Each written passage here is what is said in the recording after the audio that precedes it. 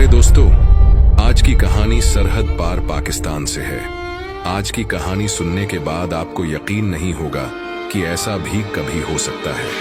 ये कहानी आपको बेचैन कर देगी और सोचने पर मजबूर कर देगी कि क्या वाकई में एक इंसान इस हद तक गिर सकता है अपनी ख्वाहिशों को पूरा करने के लिए। मगर बड़े अफसोस की बात है कि यह सच है और इस बात ने पूरी इंसानियत को शर्मसार करके रख दिया है। लेकिन दोस्तों, वीडियो शुरू करने से पहले अगर आप हमारे चैनल पर नए हैं तो हमारे चैनल को सब्सक्राइब जरूर करें। तो चलिए शुरू करते हैं आज का यह एपिसोड। पाकिस्तान, कराची में एक जगह है लियाकताबाद। 31 अक्टूबर 2011 को शाम के वक्त अंधेरा हो चुका था। कब्रिस्तान में काम करने वाले लोग वहीं बाहर एक जगह बैठकर कुछ बातचीत कर रहे थे। अचानक से एक आदमी जो वहीं काम करता था चीखता हुआ बदहवास कब्रिस्तान के अंदर से भागता हुआ उनके पास पहुंचा। उसका पूरा शरीर कांप रहा था और वह इतना डरा हुआ था कि उससे कुछ बोला भी नहीं जा रहा था। बस वह बार बार कब्रिस्तान की तरफ इशारा कर रहा था। उन्हें लगा कि शायद कब्रिस्तान के अंदर कुछ गड़बड़ है। उस आदमी की ऐसी हालत देखकर उन लोगों की भी हवा खराब होने लगी, क्योंकि एक तो कब्रिस्तान, ऊपर से रात का वक्त। मगर वे सब लोग इकट्ठा होकर अंदर जाने का फैसला करते हैं और उस आदमी को भी अपने साथ अंदर ले जाते हैं। फिर वे डरते डरते किसी तरह उस आदमी के इशारों पर उस जगह पहुंचते हैं। वहां पहुंचने के बाद उन लोगों के भी होश उड़ जाते हैं। वे देखते हैं कि एक कब्र का एक तरफ का हिस्सा खुला हुआ है और लाश के ऊपर जो पत्थर का स्लैब था वह हटा हुआ है। उन्हें कुछ समझ नहीं आता। फिर वे उस आदमी से पूछते हैं कि आखिर हुआ क्या है। जब वह पूरी कहानी सुनाता है तो लोगों को इतना गुस्सा आता है कि वे उस शख्स को वहीं मार देना चाहते हैं। लेकिन फिर किसी तरह पुलिस को बुलाया जाता है। पुलिस उसे अरेस्ट करके अपने साथ ले जाती है। बाद जब पुलिस स्टेशन में उससे पूछताछ की जाती है तब वह पूरी कहानी शुरू से सुनाता है। दरअसल उस शख्स का नाम था मोहम्मद रियाज। वह पाकिस्तान के पंजाब प्रांत की एक जगह सरगोधा का रहने वाला था। सरगोधा से कुछ साल पहले वह रोजी रोटी की तलाश में कराची पहुंचा। उसके बाद वह इधर उधर नौकरी की तलाश में भटकता रहा।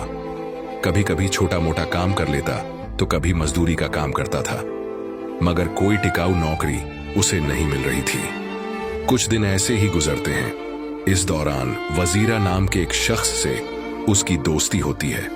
वजीरा वहीं लियाकताबाद के एक कब्रिस्तान में खुदाई और कब्र पर पानी डालने का काम करता था। वजीरा से मिलने के बाद रियाज उसे अपनी परेशानियों के बारे में बताता है। तब वजीरा उसे अपने साथ कब्रिस्तान में काम दिलवा देता है। फिर रियाज उसी कब्रिस्तान में टिक कर नौकरी करने लगता है। जैसे जैसे वक्त बीतता है दोनों की दोस्ती गहरी हो जाती है।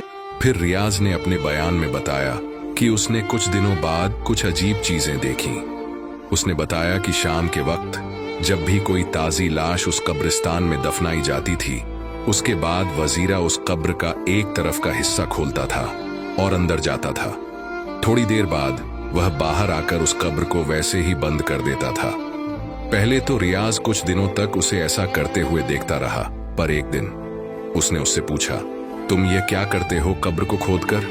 क्योंकि अब दोनों की दोस्ती काफी गहरी हो चुकी थी। वजीरा ने उसे पूरी कहानी बयां की। फिर उसने रियाज को भी अपने साथ उस काम में शामिल कर लिया। अब दोनों मिलकर यह काम करने लगे। इसके बाद अब दोनों की नजर असर की नमाज के वक्त ताजी लाशों पर होती थी। असर की नमाज, जो इस्लाम में 5 वक्त की नमाजों में से एक है, शाम के करीब 4 बजे से 5 बजे के बीच पढ़ी जाती है। दोनों इसी समय का इंतजार करते थे और उस वक्त जो भी लाश कब्रिस्तान में दफनाने के लिए आती थी दोनों उस पर नजर रखते थे। फिर दोनों उस लाश की पहचान करने की कोशिश करते थे कि यह लाश मर्द की है या किसी औरत या लड़की की। पर लाश की पहचान करने के लिए उन्हें ज्यादा मेहनत नहीं करनी पड़ती थी, क्योंकि मुस्लिम रीति रिवाज के हिसाब से अगर वह किसी महिला की लाश होती थी तो उस कब्र पर एक चादर डाल दी जाती थी। वह चादर एक निशानी होती थी कि यह लाश किसी महिला या किसी लड़की की है।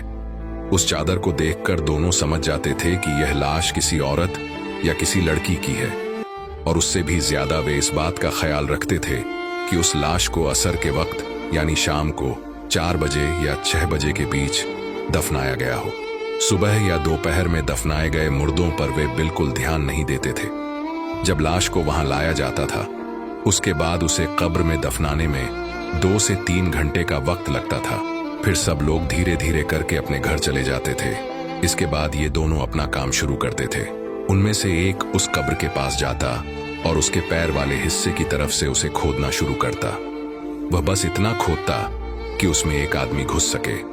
उसके बाद उस कब्र पर पत्थर के स्लैब रखे होते थे ताकि मुर्दे के ऊपर मिट्टी न गिरे जो ऊपर से डाली जाती है। उनमें से वह एक पत्थर के स्लैब को हटाता और कब्र के अंदर चला जाता। फिर वह उस औरत या लड़की के साथ, इसे क्या कहा जाए, जबरदस्ती या बलात्कार, क्योंकि जबरदस्ती तो उसके साथ होती है जो इसका विरोध करे, पर वह तो पहले से ही एक लाश थी जिसे कुछ पता ही नहीं था कि उसके साथ क्या हो रहा है। इसका मतलब वह उस लाश के जरिए अपनी हवस को शांत करता था। वह लाश का बलात्कार करता था। उसके बाद जब वह कुछ देर में बाहर आता तो दूसरा व्यक्ति उस कब्र में जाता और उस घिनौने काम को अंजाम देता।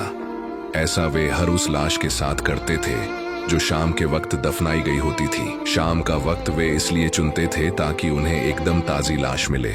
सुबह या दोपहर को यह काम इसलिए नहीं कर सकते थे क्योंकि वहां और लोग भी मौजूद होते थे। इसलिए वह शाम के वक्त दफनाई गई लाश के साथ ऐसा करते थे जब अंधेरा हो जाता था। उस अंधेरे का फायदा उठाकर वे दोनों इस घिनौने काम को अंजाम देते थे। कुछ समय बाद वजीरा की मौत हो जाती है क्योंकि वह काफी नशा करता था और ड्रग्स वगैरह भी लेता था, मगर रियाज को इससे कोई फर्क नहीं पड़ता। वह अपना यह सिलसिला जारी रखता है और अब अकेले ही यह काम करता है। बात 31 अक्टूबर 2011 की है। शाम असर के वक्त एक मुर्दा लड़की को दफनाया जाता है। उस लाश पर भी रियाज की नजर थी। 2 से 3 घंटे बाद जब सारे रिश्तेदार उस लाश को दफनाकर और उसके लिए दुआएं पढ़कर वापस चले जाते हैं, तब रियाज उस कब्र के पास पहुंचता है। हमेशा की तरह वह उसे एक तरफ से खोलता है और एक स्लैब हटाकर कब्र के अंदर चला जाता है। उसने अपने बयान में बताया कि जब वह उस कब्र के अंदर गया और जब वह उस मुर्दा लाश को अपनी हवस का शिकार बना रहा था, तो उस दौरान अचानक उसकी नजर उस लड़की के चेहरे पर पड़ी। दरअसल उस लाश के ऊपर जो चादर डाली गई थी वह उसके चेहरे से हटी हुई थी। अक्सर ऐसा हो जाता है, लाश को कब्र में डालते वक्त कभी कभी कहीं से कपड़ा हट जाता है क्योंकि उसे ज्यादा टाइट करके नहीं बांधा जाता ताकि लाश को तकलीफ ना हो। जब रियाज की नजर उसके चेहरे पर पड़ी तो उसे पहले उसके दांत दिखाई दिए, फिर उसकी नजर उस लड़की की आंखों पर गई। उसकी आंखें चमक रही थीं और एक तेज रोशनी उसकी आंखों से निकल रही थी। ऐसा उसने खुद अपने बयान में साफ साफ बताया है। जैसे ही वह यह देखता है, उसकी हवा खराब हो जाती है और उसे लगता है कि शायद यह लड़की जिंदा हो गई है या भूत बन गई है। अब वह बचने वाला नहीं है। वह इतना डर जाता है कि न आव देखता है न ताव, और वहां से बदहवास चीखता हुआ भागता है। वह उन बाकी लोगों के पास पहुंचकर अपनी कहानी सुनाता है। उसके बाद उसे पुलिस के हवाले कर दिया जाता है। उन बाकी कर्मचारियों के पास पहले भी कब्र से छेड़छाड़ की शिकायतें आती थीं, क्योंकि लाश को दफनाने के बाद उसके रिश्तेदार अगले कई दिनों तक उस कब्र पर आते थे और उस मरे हुए शख्स की शांति के लिए दुआएं पढ़ते थे। जब उन्हें कब्र की मिट्टी देखकर शक होता था कि जैसा हम इसे कल छोड़कर गए थे यह उससे अलग है, तो वे उस कब्रिस्तान के मुलाजिमों से इसकी शिकायत करते थे। पर उन्हें लगता था कि शायद किसी जानवर ने ऐसा किया होगा। पर जब रियाज उनके पास आया और उसने सारी कहानी बताई, तब उन्हें सारा माजरा समझ आया। उसने अपने बयान में कबूल किया कि उसने 48 महिलाओं के साथ कब्र में उतरकर बलात्कार किया है। उसने यह पिछले 1.5 से 2 साल के अंदर किया। जब उससे पूछा गया कितने मुर्दों के साथ ये कर चुके हो, तो उसने कहा ये 48 साथ हो गए, 48 खवातीन। उसके बाद जब यह खबर मीडिया द्वारा पब्लिक में आती है तो पूरे पाकिस्तान में आग की तरह फैलती है और कोहराम मच जाता है। सभी चाहते थे कि उस गुनाहगार को मौत की सजा मिले। फिर पुलिस अपने साथ उसे कब्रिस्तान में भी ले गई। वहां वे लोग भी पहुंचे जिन्होंने पिछले 1.5 से 2 साल में किसी महिला लाश को वहां दफनाया था। फिर उसकी निशानदेही पर उन कब्रों की पहचान की गई जिनके साथ उसने यह घिनौना काम किया था।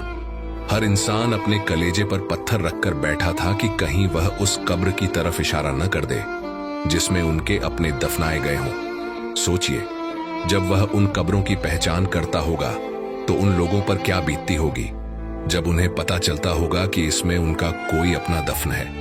उसके बाद जब यह मामला कोर्ट में पहुंचा तो हर 48 मामलों की सुनवाई अलग अलग करने का फैसला किया गया। इनमें से 8 से 10 मामलों में रियाज को फांसी की सजा हो चुकी है। इंसान जीते जी बहुत सारे दुख, दर्द और गम सहता है, पर मरने के बाद भी उसे चैन न मिले तो इंसान जाए तो कहां जाए।